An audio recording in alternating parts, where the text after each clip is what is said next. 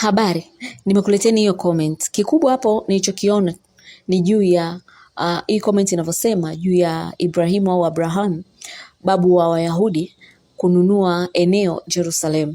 Kitu ambacho leo hii Wayahudi ambao wako pale Israel wanajimilikisha, wanasema kwamba wao hawatakiwi kufuata sheria za Umoja wa Mataifa, bali wao wanatakiwa kufuata historia kwamba babu zao walimiliki maeneo hapa na hapa na hapa. Mmenielewa eh? Sasa hiki kitu akiingia kilini kwa sababu gani? Kwa sababu maeneo yetu wote sisi yanafuatisha mipaka ambayo inatambulika katika Umoja wa Mataifa. Maeneo yetu yalipigwa, hii mipaka ilipigwa na wakoloni, na sasa tunaifuatisha kwa sababu Umoja wa Mataifa ulipoundwa ukaitambua hiyo mipaka.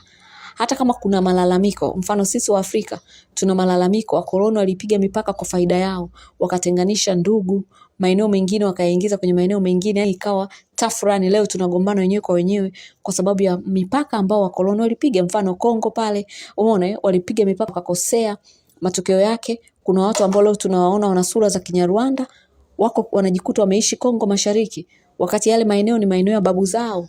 Mmenielewa? Lakini mkoloni alipokuja pale akapiga mipaka, akawaingiza huko kwenye eneo jipya likaitwa Kongo, wengine wakabaki kwenye eneo jipya likaitwa Rwanda.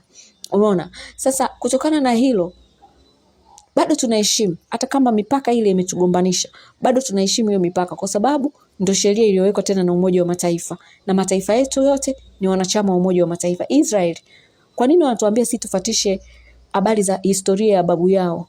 Ni kitu ambacho hakiwezekani kwa sababu babu zetu wote walimiliki ardhi pia. Kabla ya koloni hawajaje, kuna watu sisi Wachaga, babu zetu walikuwa na ardhi mpaka Kenya kule. Kuna watu Msoma, babu zao walikuwa na ardhi mpaka Kenya. Kuna watu kule Kagera, babu zao walikuwa na ardhi mpaka Uganda. Na wengine babu zao walikuwa na ardhi mpaka Rwanda.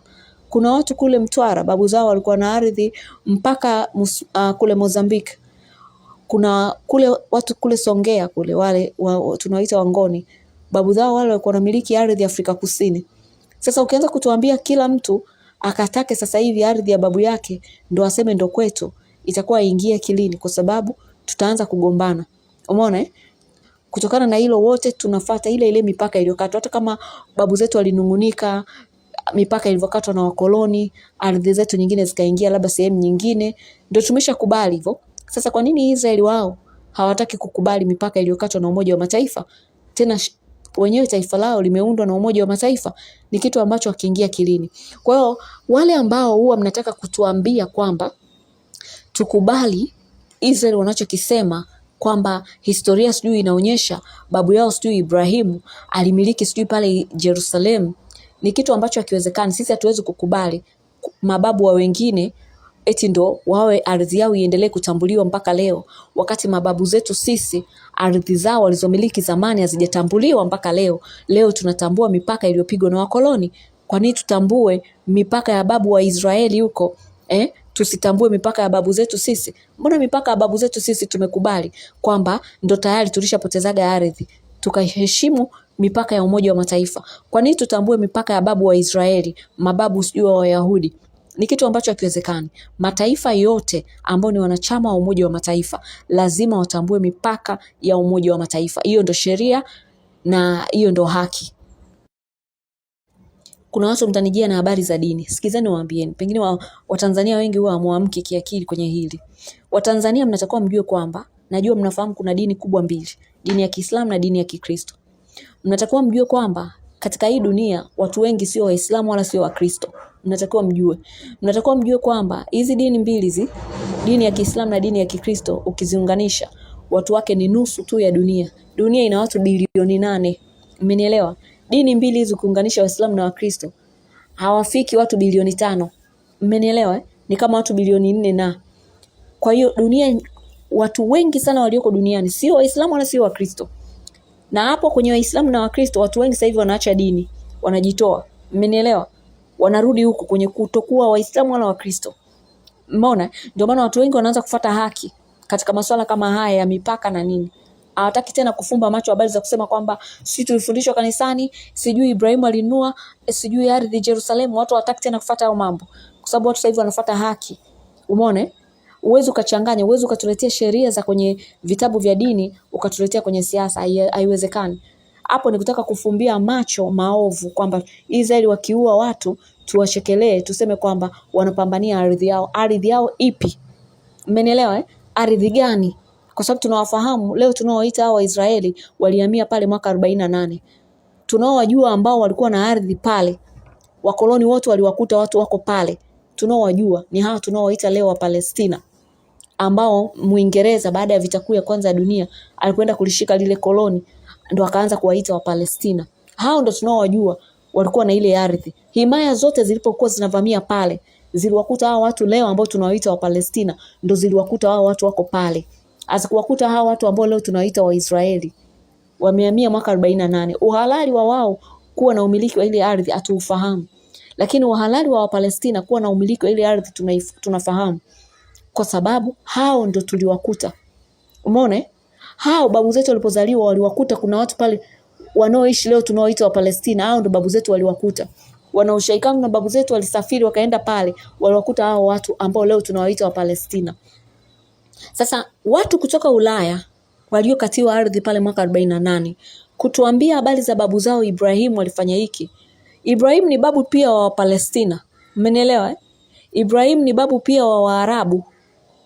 Ibrahim kwa habari za kutuambia babu yetu walimiliki hapo. Kwa hiyo nataka kutuambia Waarabu nao wakaseme Jerusalem ni yao. Umenielewa kwa sababu Ibrahim huyo ni babu wa Waarabu, Ibrahim ni babu wao wa Palestina wote tunaowaita leo wa Palestina. Umeona? Kwa hiyo kama tunataka kuanza habari za babu yetu alimiliki sehemu fulani, maana yake ni kwamba Waarabu wa Palestina, wa Syria, wa Lebanon wote wakangangania Jerusalem. Waseme babu yao kwa sababu wote wao ni babu yao. Si ndio? Kwa hiyo ni kitu ambacho akiingia kilini. Ndio maana wote tunatakiwa tufuate sheria za Umoja wa Mataifa. Sasa taifa ambalo limeundwa na Umoja wa Mataifa linakataa kufuata sheria za Umoja wa Mataifa juu ya mipaka. Alafu wanapoua watu mnataka tuwatetee, tuweke mahaba ya kidini. Hapana, hata kama nimezaliwa Mkristo, lakini siwezi kuwa mjinga kiasi hiki. Umenielewa Lazima tufuate sheria za Umoja wa Mataifa. Hapa sisi wa Afrika, kabla ya Wakristo, kabla ya Uislamu, kabla ya Ukristo kuja, tulikuwa tuna imani zetu za Kiafrika. Umeona? Kwa hiyo lazima tuweke zote imani pembeni. Hapa habari za kwanza tukitaka kwanza kufuata maimani, mpaka watu wenye imani za Kiafrika watataka sasa mipaka ile ya babu zetu wa Kiafrika ianze kutambuliwa. Umeona? Kwa maana hiyo tunaweka mambo ya imani yote pembeni. Tunafuatisha sheria za Umoja wa Mataifa. Kwa hiyo wale ambao wanatakaga tukubali kwamba Ibrahimu alimiliki sijui Jerusalemu, hiyo sisi hatukubali. Watu wenye akili timamu hatukubali. Hatutambui babu ya mtu yoyote alimiliki eneo gani sasa hivi. Sasa hivi tunatambua sheria za Umoja wa Mataifa. Mmenielewa? Na habari za kusema babu wa Wayahudi sijui alimiliki pale, huyo Ibrahim ni babu wa Waarabu, ni babu wa hao wengine wa Palestina, ni babu wa Lebanoni. Kwa hiyo je, mnatakaje? Na wenyewe wakadai Jerusalem. Kisheria Jerusalem bado iko chini ya Umoja wa Mataifa. Iko ndo tunachotambua. Kwa hiyo hakuna mtu mwenye haki ya kuleta historia za Ibrahim na kununua hiyo, na hakuna ushahidi.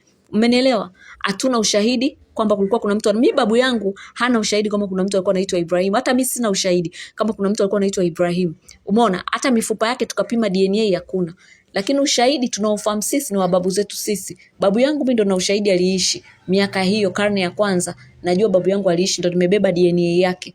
Lakini babu huko wa Wayahudi siamini kama aliishi, sijui kama aliwahi kununua ardhi. Ninachojua ni sasa hivi sheria za Umoja wa Mataifa zinachosema sasa hivi. Iko ndo tunachotakiwa kukifuata wote, na hiyo ndo haki. Mimi ninaitwa Robin Rachel kutoka Robin Tanzania Global.